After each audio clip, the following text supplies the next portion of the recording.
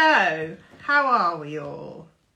Yeah, I just thought I would wear this little thing to remind us of this time last year and the project we were working on then, which was our autumnal, it's not that autumnal, our Christmas autumnal wreath.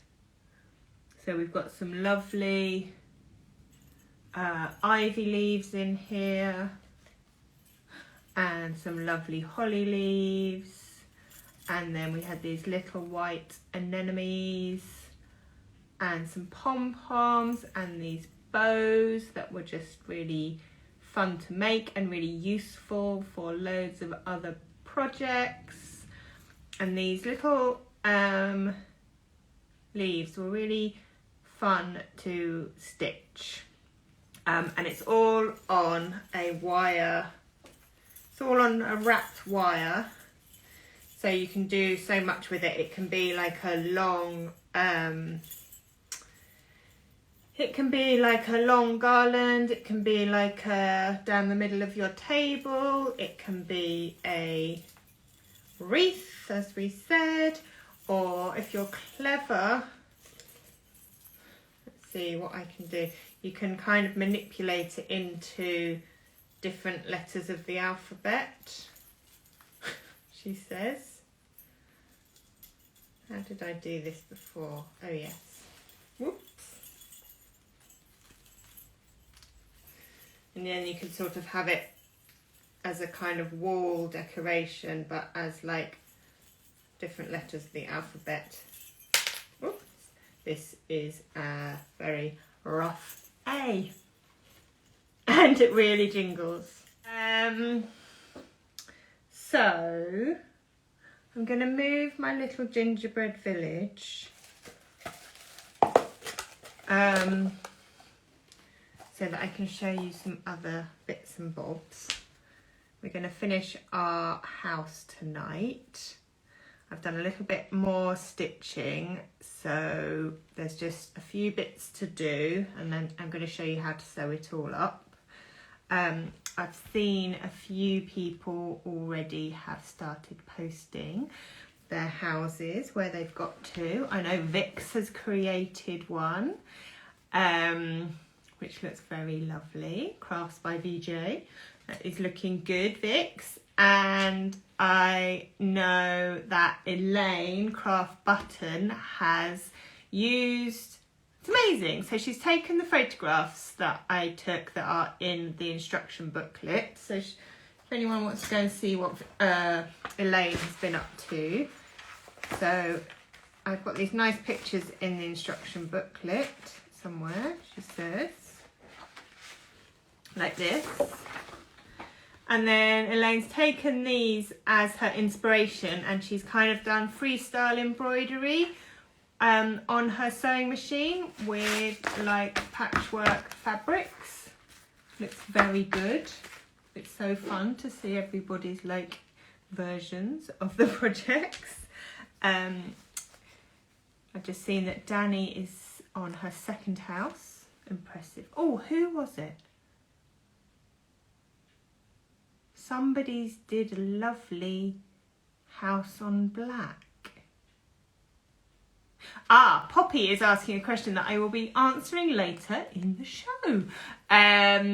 She has joined recently and she's asking if we use fusible interfacing for the stiffness or not in the village houses. Well, I can answer that now, to be fair. So basically I've used something different in each of these. This one I've just used paper. No, that's not true. This one I've just used paper. This one turned out to be a bit stiff because I embroidered this experimenting with the sulky stick on wash away fabric, and I feel like it's just made it a bit stiff because maybe I didn't wash it all away properly. So that one I've put a bit of card in the bottom, and then this one I used the fusible iron-on interfacing. And basically they all work really successfully, so you can use whatever you like. The reason I do it, and you can see the difference actually. So she says it's just to stop the body of the house kind of poofing out when you stuff it. It kind of keeps your walls perpendicular, which is what you want in a house. You can see that this roof is a bit kind of poofy, and it could do with being a bit flatter, and that's because in the roof I haven't got any stiffener or card, but you can see that the walls are really straight. And then this one is the same. So basically tonight I'm going to use card, because I just thought that would be the thing that people have to hand, and then if you've got feasible interfacing already, you will understand how to use it, and therefore I don't need to do a demonstration for it. That's my plan. So Trish, good question. Trish is asking, if we were making a pin cushion, would you put anything on the roof? And I would go for no. So in this pin cushion, I've got it on the bottom and on the sides, and I actually haven't got it in the front or the back. I've seen some other people have said that they put pebbles or some dried lentils or dried rice in the bottom. But if you were making a pin cushion, did you know people, I think we've talked about this before, how people stuff them with broken up, walnut shells? Is that right? They must be really ground up walnut shells. Or there was something else that they use to kind of sharpen your needles as you put them in, take them out. So there's a fun fact. So this is where we got to last week. Well, it's sort of where we got to last week. I've done a bit more since last week. I finished off the tree, and I've added the door, and then I'm going to show you a bit more overhead, because I've just got a couple more things to stitch, 2 more things to stitch, and then I'm going to cut it out and sew it up. So we're going to see if this working over the top is going to work or not. So you may remember last week I embroidered some fairy lights around the door, and they were multicoloured ones, and then I sort of decided earlier today that it's quite a sophisticated house, and I don't think this house would be in a neighbourhood where they had multicoloured fairy lights, so I changed them to a gold fairy light. I've also added a few more beads along here. I've added these 2 candy canes in here, and then I've added, because we were sort of going for a bit of a Nordic, so I have just embroidered a sort of what I felt would be like a fur wreath along the top of the windows and around the arch at the top. So I'm just going to do that along here.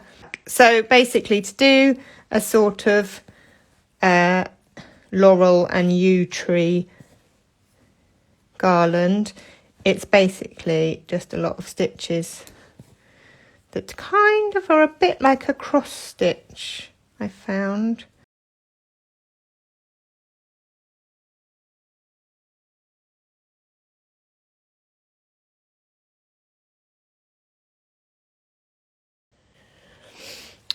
And so now that's the front done. So now, and I'm going to say I was being clever, but I wasn't. I was being slightly lazy. I embroidered the side windows with the shutters shut. So this is the side, these are the windows with the shutters open, and then these are the windows with the shutters shut. And then I'm just going to add some tinsel to this Christmas tree. I'm going to do this like some tinsel, I thought. So I'm just going to thread a lot of gold beads onto my thin yarn thread, like so. And then I'm just going to stick another one on there. I'm just going to put my needle in.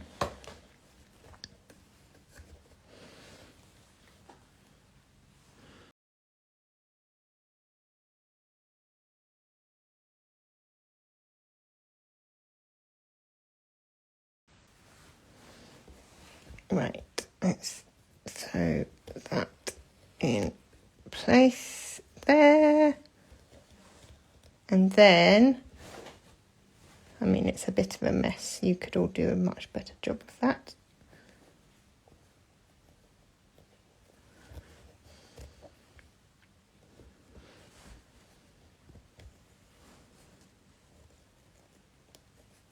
Right, I'm going to take that out of there now. So there we go. These are our 4. Hang on. There we go. These are our 4 parts of our house. So the next thing we need to do. So what I need to do now is cut it out. You can't see very clearly the lines on here, but they are there. And when you were doing your embroidery, remember I reminded you to not stitch all the way up to the edge, because now you're going to start cutting this out. You don't want really any of the line showing, so you're going to like trim it away.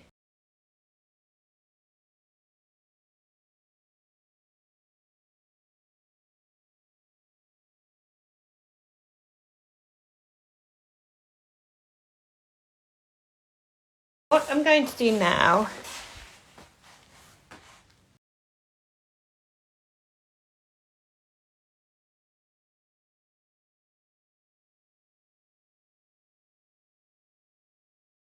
and now I'm just going to kind of press it a bit more so that I get some neat creases in my, I haven't made the roofs, have I?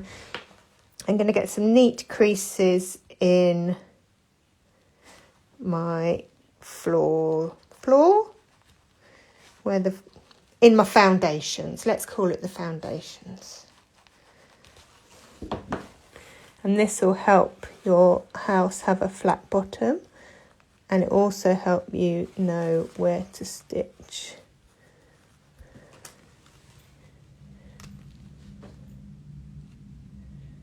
I've made one half of the roof, so hopefully the other half won't take too long.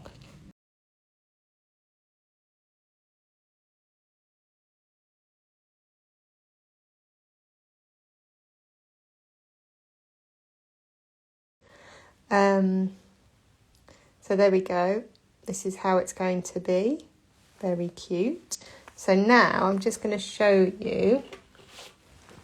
I have already cut a house, and what I did was I used the template that was provided.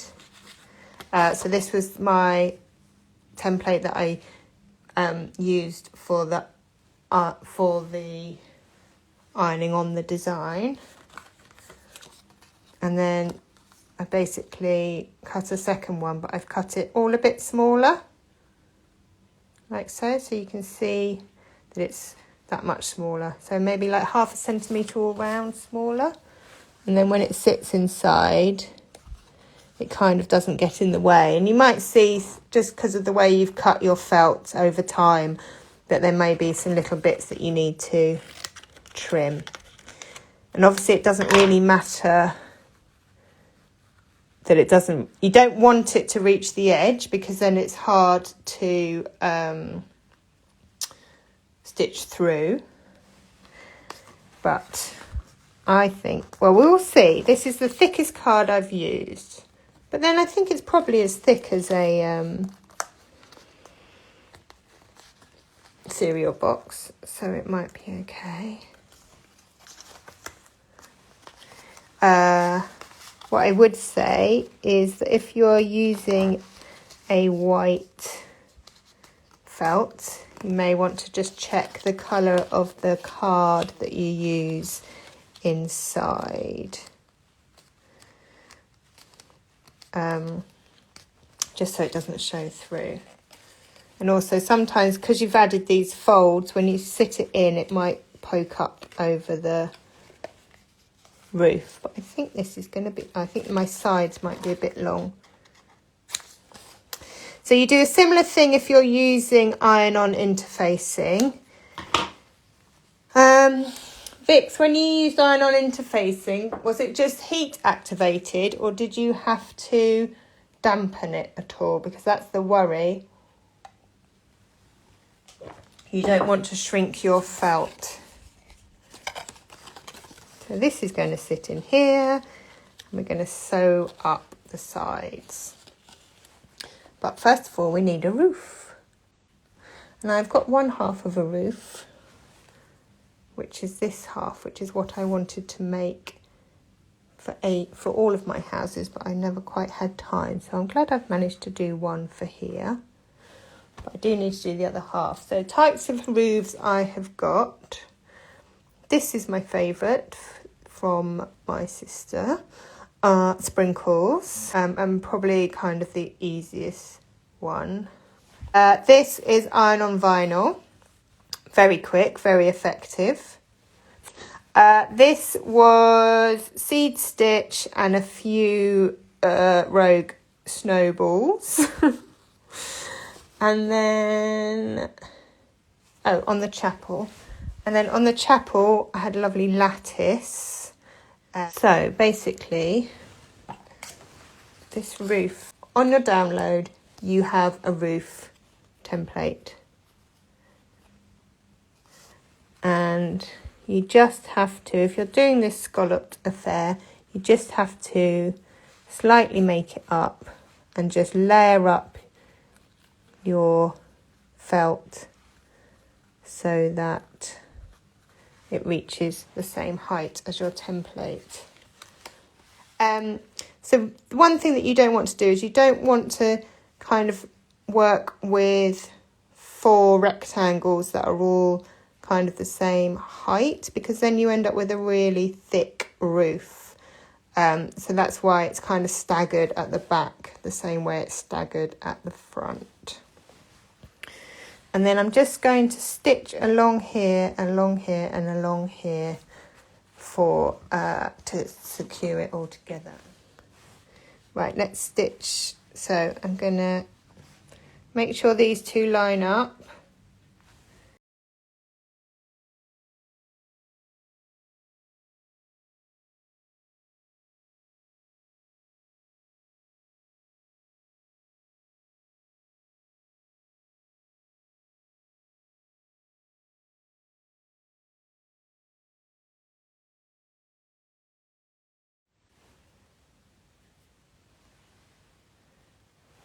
Now,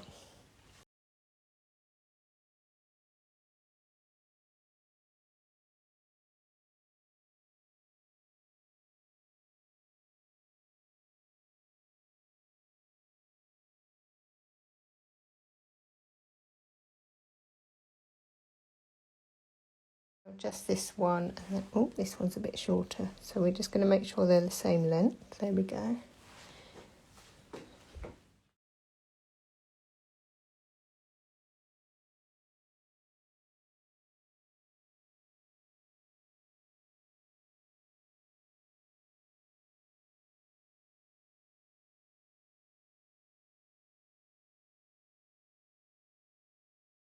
Right, we have roofs and we have walls. So what we need to do is we're going to start off by sewing the tops of our roofs together. First thing to do is we're going to sew up this roof. We're going to do that with a blanket stitch. So we're going to go over, and then we're going to take our needle through that loop, and then we're just going to go under, bring the needle round, pull it through, under from the front, bring the thread round, pull it through, from the front, round, pull it through, from the front, round, pull it through, from the front, round, pull it through. There we go.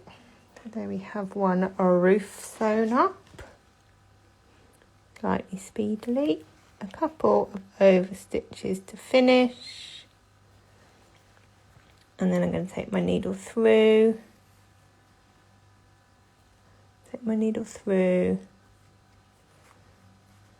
and then kind of just lose that inside and trim it. Right, so I'm going to start sewing the house up. Obviously, I can't remember where I said to start in the instructions. Just going to make it up. Going to start down here.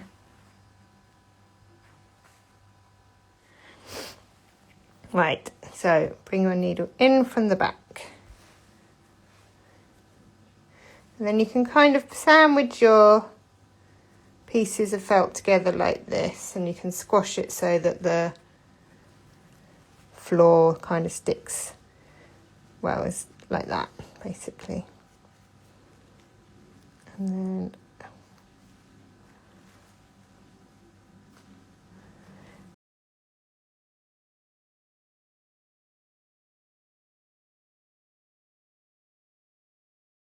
so the front of, so you want to make sure that the tip of the roof matches the house, the apex of the roof matches the tip of the house, and you will see that you will have a bit of an overlap here, but then you can continue sewing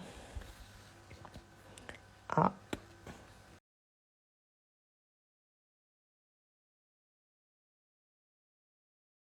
So can you see that I'm not sewing through the grey? I'm sewing through the grey of the house, but then I'm not sewing through the grey of where the grey and the white overlap. I'm going to just take my needle through the grey of the house, over the grey of the overlap, and then into the white. And in actual fact, you could trim this away. You could trim your overlap away. It just means that when it all comes together, you won't have like a weird ridge of different coloured felts for the guttering section.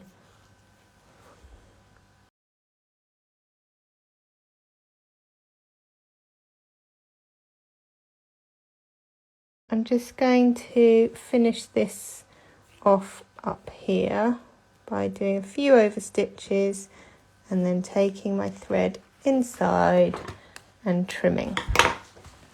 Then I'm going to start on the other side of the house. And then now we're just going to do the back and the back and the back, and then we're done. Obviously we have to stuff it.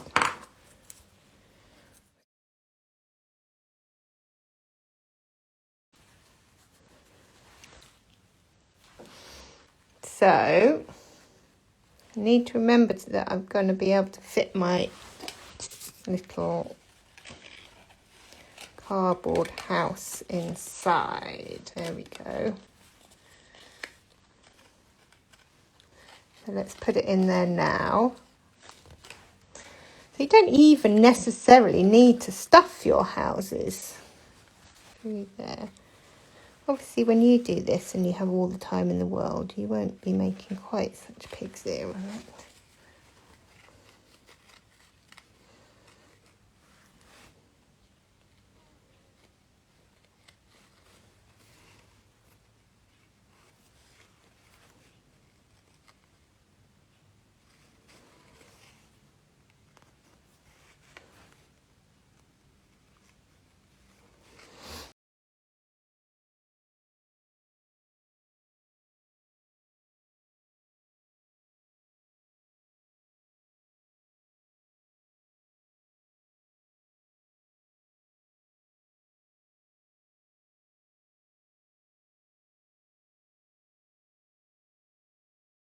Right, let's stuff.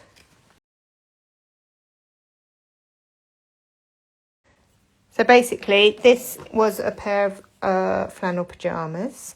I'm stuffing them. I prefer stuffing with a kind of fabric that may be going to landfill rather than buying toy stuffing. And basically, I'm just filling it up with strips of this. I think this gives a nicer weight. This gives a nicer weight than to your makes than if you are using toy stuffing. Of course, if you've got toy stuffing, then use it up. Right, so now we're going to stuff. Now we are practically done.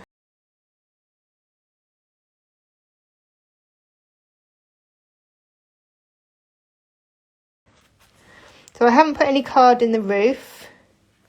I think maybe if you're making the kind of 1960s Palm Springs house, which is this one, you might want to add some cardboard in the roof because it's quite a large expanse.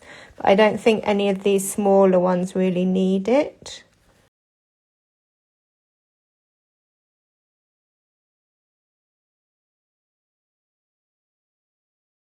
If you've got weird joins anywhere, you can always disguise them with a sequin or a big star sequin. Right. Could embroider the date in there like we've got on here. So here we go. He's very cute. It is very cute. It's our first tiny house.